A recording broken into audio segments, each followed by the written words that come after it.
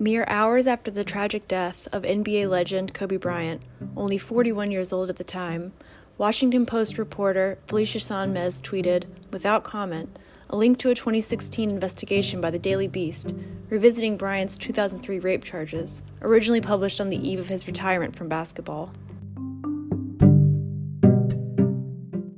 Fans, critics, and even fellow pro ballers piled on Sonmez in the tens of thousands. When Sonmez defended the actions against threats, author and former NFL player Emmanuel Ocho scolded, "It takes immense skill and stupidity to find a way to play the victim in a moment where 9 people lost their lives in a helicopter crash. Again, delete your account." The Post's editor-in-chief Marty Baron made a swift plea for Sonmez to remove her tweets as they showed, quote, "a real lack of judgment. Please stop. You're hurting this institution by doing this," he wrote in his email to Sonmez. Her managing editor, Tracy Grant, too, urged the journalist to take down the tweet, citing Washington Post policies that the social media activity of journalists must, quote, reflect upon the reputation and credibility of the Washington Post newsroom.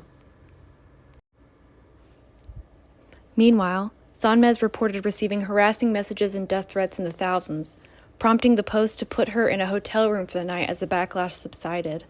By Sunday, they'd put Sonmez on paid administrative leave as they reviewed whether her tweets had indeed, as Grant wrote in a statement to the newsroom, quote, displayed poor judgment that undermined the work of her colleagues.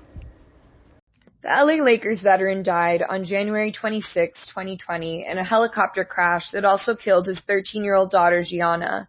By then, nearly 4 years retired, Bryant had racked up 5 NBA championships, 18 All-Star titles, and 2 Olympic medals, to name just a few of his most high-profile achievements. In the wake of Bryant and his daughter's untimely passing, fans eulogized the beloved athlete with all the respect and admiration afforded to a world leader. In sports and in life, Bryant was an individual whose tirelessness and competitive drive were as notable as his versatility and ambition, wrote the Washington Post's own Kent Babb in his obituary. In ticking off the star's revered qualities, using words like prodigious, unmatched, and transcendent, some also included a mention of Bryant's 2003 arrest and subsequent out-of-court settlement with the 19-year-old victim from Colorado, who remains unnamed by the press today. The New York Times obituary even leads with the statement, quote, Bryant, who died with his daughter Gianna in a helicopter crash on Sunday, was an unquestioned basketball great, but his legacy is not so straightforward. Kobe Bryant was already one of the most lauded athletes in basketball and the history of sports in 2003 when a then 24-year-old shooting guard for the Lakers, not to mention a husband and father of a newborn daughter, was arrested on charges of sexual assault and false imprisonment of a teenage hotel employee at the Lodge and Spa at Cordillera, near Vail, on the night of June 30th, a crime which carries the potential sentence of life behind bars. Blood and other DNA evidence would link Bryant with the accuser on that night, in which he was said to have aggressively forced his victim into intercourse under the guise of typical rough sex. Criminal charges were later dropped as the victim would decline to testify amid the media circus. Invasive tactics of the defense team revealed many private and damaging details about the victim, whose name remained redacted in the press. She chose instead to refile her case as a civil suit and settle out of court, under undisclosed terms, with the millionaire athlete in 2004. Bryant would later publicly admit to the violent encounter, which he had characterized as consensual. During a 2004 press conference, he said, "Although I truly believe this encounter between us was consensual, I recognize now that she did not and does not view this incident the same way I did." Drafted right out of high school at 17 years old, the player, who became known as the Black Mamba, enjoyed a squeaky clean reputation up to that point with the Lakers, the only jersey he wore during his 20-year career. But his esteemed status within the industry and with sponsors went all but untouched by the scandal. After a brief alienation which saw Bryant's endorsement campaigns with McDonald's and Nutella dropped, he was soon brought back into the sponsorship fold by 2005, when Nike began using the athlete's image again in their advertisements. Bryant's rape case with the as-yet unnamed victim re-entered headlines in 2016, upon the baller's retirement from the NBA, when the Daily Beast ran a thorough investigation detailing court documents and other statements, including a, quote, half confession from the defendant. The controversy simmered and settled again until his legacy was revisited in 2020 in the emotional aftermath of his passing. But Felicia Sonmez, a survivor of sexual assault herself, remembered the player's legacy a bit different from his fans and peers in sports. She called her original tweet of the Daily Beast article, quote, a statement of fact. Her colleagues at the Post overwhelmingly backed her up. The Post News Guild Union issued a letter of support for Sonmez with some 400 signatures from her co-workers, suggesting the newspaper had placed a bias for tradition, that we not speak ill of the dead, over the priorities of the press. That is, that we as journalists speak truth regardless of reputation. Said the Post's Eric Wemple, the backlash that alighted upon Sonmez stems from the ancient wisdom that urges folks not to speak ill of the dead. It's a rule for everyone except historians and journalists, upon whom the public relies to provide warts and all lookbacks on the lives of influential people.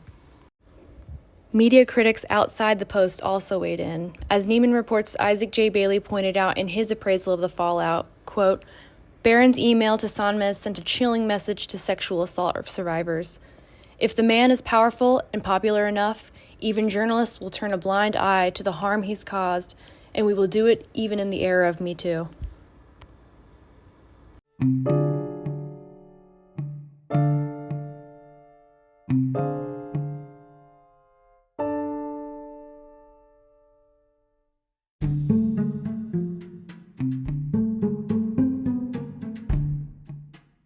Hello, today on Clickcast, we are joined by our esteemed guest panelist, Click writer Max Asher Kirsch, New York Post writer and editor Hannah Sparks, and L'Officiel writer Alexis Schwartz to discuss the Washington Post's handlings of Felicia Sonmez's controversial comments on social media regarding Kobe Bryant and how the press, particularly her own newsroom, handled the situation. And the person that is moderating is myself, Monica Surria, and I'm a writer for Variety magazine.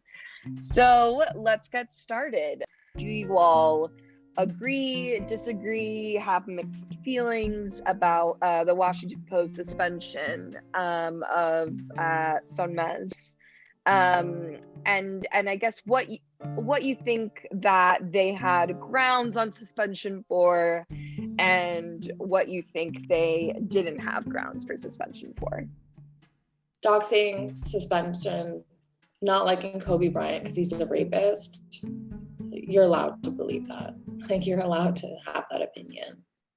Yeah, no, I agree with what's been said. I mean, I think that obviously the doxing, the taking screenshots or whatever of other people's not within the ethical sort of boundaries. But yeah, it was a little bit of a incredulous reasoning for the Washington Post that they were claiming that was the main grounds for the leave of absence, rather than what in actuality it was probably over the tweet itself. What do we make of the Post claims after the fact that they were focused on whether Sonmez had doxed her bullies rather than a concern with decorum and reputation? Yeah, the timeline itself seemed pretty off. And look, if you dox someone and you're a journalist with a bunch of followers, then you have to go. Like, that's against, it doesn't matter that other people came after you. There is like an ethical framework around doxing that has to sort of be followed. What implications do you think that this entire situation has for free speech as it relates to journalists, especially those working for major publications? And I guess we're all in agreement here that doxing isn't really free speech, but certainly what she did is part of the question. Yeah, no, I think that that's a good point. I mean, I think that it could potentially, just looking at a larger context of this for other journalistic sort of outlets or entities, I mean, there is the risk that it could, that this whole situation could create somewhat of a chilling effect, and that, journalists are kind of self-censoring themselves like too much, just because of that they're worried that it may lead to unwarranted consequences, because I mean she got put on, I guess, some sort of leave for a while they investigated. But there is a line between what your editors want you to say and what is appropriate, of course. But I mean, I think in general that it's just going to be a case by case basis, depending on the outlet. Yeah, so one of my final questions here for you all is, I know that Gayle King brought up Kobe's accusations amid his passing, but about 2 weeks later, she still felt compelled to apologize immediately afterwards. And so kind of wanted to wrap this up by talking about where does that impulse to apologize come from? Do you think that's coming from and, you know, we can obviously add this to the case of some mess as well, but do you think that comes from like the internal pressures, you know, of a news organization, or externally? Is it both? I regret that Gayle felt that she had to apologize. I think that she was also under the pressure of, you know, public opinion. Kobe Bryant is like really, really, really, really well beloved and revered. So it's so hard for fans to hear that, especially in the wake of his death.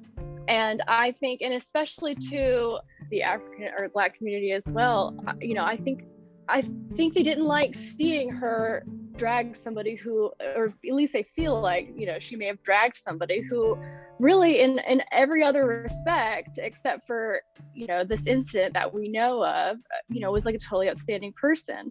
So it makes sense that people could be so upset by hearing this. But again, you know, Gayle, it is part of her job to bring this up to the people that she interviews, to the people that are close to Kobe, because, you know, they are the ones who know him best. And yeah, it's I think her bosses, just like, you know, Marty Baron and Tracy Grant at the Washington Post, I think she had the same issues, that too many people were calling Gayle out for a lack of decorum that I think is unfounded, but you know, she felt the need to apologize to her viewers for bringing it up at that moment, and you know, that's what she had to do to maintain her viewership, and I understand that. But it's too bad, especially in the weeks after his death, that it still couldn't be brought up because it's relevant.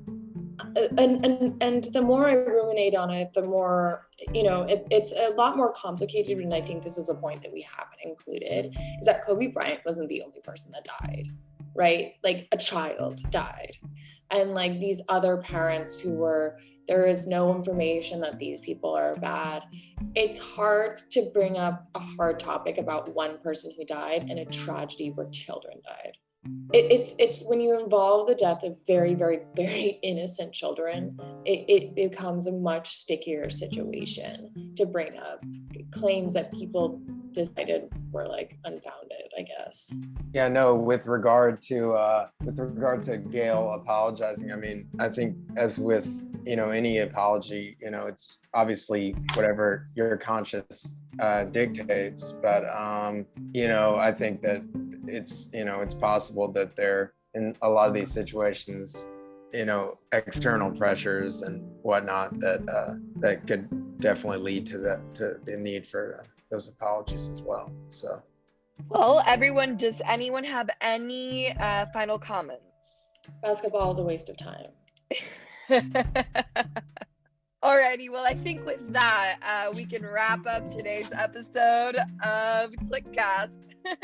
Thank you so much, Hannah, Max, and Alexis, for joining me today.